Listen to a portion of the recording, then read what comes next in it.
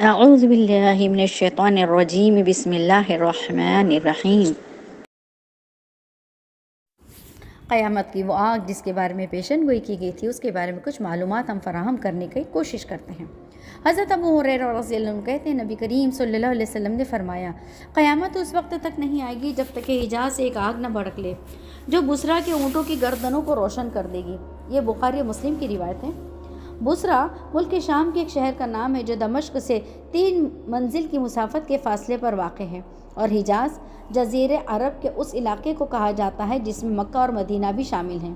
اس حدیث میں جس آگ کا ذکر کیا گیا ہے اس کے متعلق تماتر کے ساتھ یہ روایت بیان کی جاتی ہے کہ اس آگ کے نمودار ہونے کا حادثہ پیش جا چکا ہے، یعنی یہ آگ نکل چکی ہے۔ اور ان روایت سے معلوم ہوتا ہے کہ اگرچہ اس آگ کے زیر اثر آنے والا زیادہ تر حصہ مدینہ منورہ ہی کے علاقے پر مشتمل تھا، مگر اللہ سبحانہ وتعالیٰ نے آپ صلی اللہ علیہ وسلم کی برکت سے مدینہ کے شہریوں کو اس آگ کی آفت و تباہ کاری سے محفوظ و مامون رکھا۔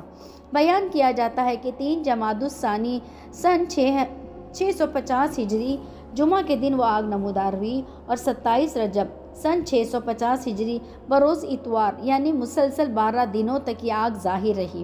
راویوں نے اس کی کیفیت اس طرح لکھی ہے کہ اچانک حجاز کی جانب سے وہ آگ نمودار ہوئی، اور ایسا معلوم ہوتا تھا کہ آگ کا ایک پورا شہر ہے جس میں قلعے یا برج اور کنگورے جیسی چیزیں موجود ہیں، اور انسانوں کا ازدحام اس شہر کو کھینچے چلا آ رہا ہے۔ اس آگ کا سلسلہ جس پہاڑ تک پہنچتا اس کو شیشے اور موم کی طرح پگھلا کر رکھ دیتا تھا۔ اس کے شعلوں میں بجلی کی کڑک جیسی آواز اور دریا کے موجوں جیسا جوش تھا، اور یہ محسوس ہو رہا تھا جیسے کہ اس کے اندر سے سرخ اور نیلے رنگ کے دریا نکل رہے ہوں۔ وہ آگ کی اس کیفیت کے ساتھ مدینہ منورہ تک پہنچی، مگر عجیب تر بات یہ تھی کہ اس کے شعلوں کی طرف سے جو ہوا مدینے سے آ رہی تھی وہ ٹھنڈی تھی۔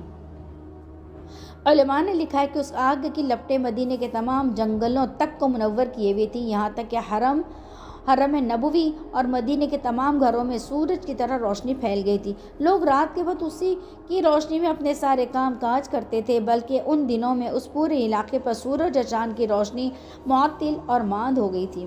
مکہ معظمہ کے بعض لوگوں نے یہ گواہی دی کہ انہوں نے وہ روشنی یمامہ اور بصرہ تک میں دیکھی ہے۔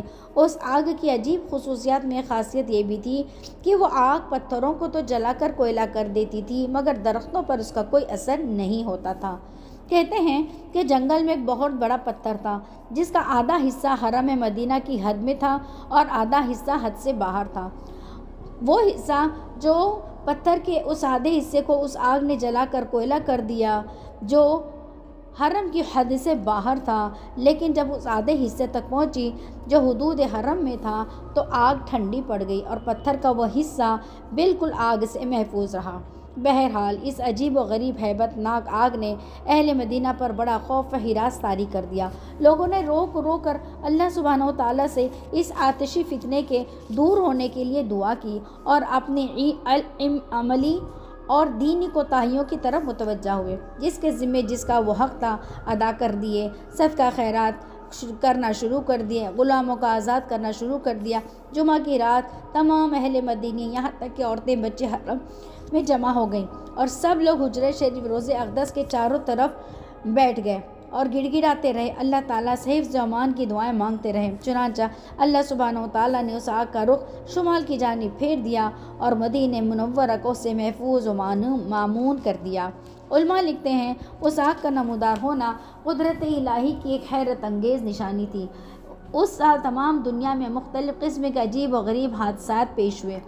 اس کے کچھ ہی عرصے بعد مختلف علاقوں میں خون ریز جنگ اور قتل و قتال کی مہیب آگ بھڑکی جس نے بغداد جیسے عظیم شہر کو تاراج کر دیا اور تاتائیوں کے فتنے کی صورت میں عالم اسلام کو سخت نقصانات سے دوچار کیا۔ اللہ ہم سب کی حفاظت فرمائے، آمین یا رب العالمین۔ جزاکم اللہ احسن الجزا۔